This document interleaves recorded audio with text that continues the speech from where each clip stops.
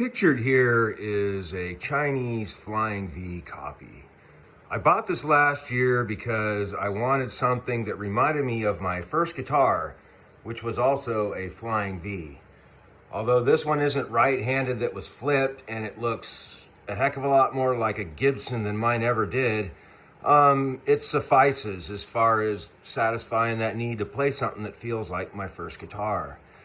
But I wanted to kind of take a moment to comment on Chinese guitars and Chinese copies, because this is a continued source of contention for American manufacturers and builders. There's this old saying that goes, imitation is the sincerest form of flattery. And I'm not saying this to be, bigoted against the Chinese culture, but culturally, they have taken that and they tend to go to almost extremes with it. If you've ever seen photos or videos out of China, they make copies of everything from smart cars to Starbucks, right down to the shops, to McDonald's, to basically anything and any conceivable product that is sold here. I would argue that this guitar wasn't actually made for an American audience. It was made for a Chinese guitar player. It's just they happen to sell them over in America.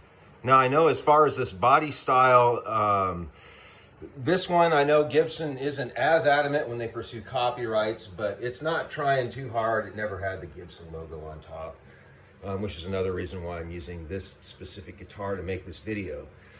But as far as all of this complaining goes, they knew what the culture was when they chose to build there. And for people to complain about cheap Chinese guitars after spending so much time building factories out there, to me it's the equivalent of complaining about the smell after you build your house next to a sewage treatment facility. I mean, at some point you have to accept responsibility for the conditions that you chose for yourselves. And I honestly look at that when it comes to manufacturing out of China. And a lot of people could go, well, the quality on these aren't so good. And, that might have been true even 10 years ago, but nowadays I'm not so sure, because even cheap guitars now have, frets that are dressed pretty nicely and have decent action, which is just a consequence of automation. So I honestly don't know what manufacturers can do, because the toothpaste is out of the tube.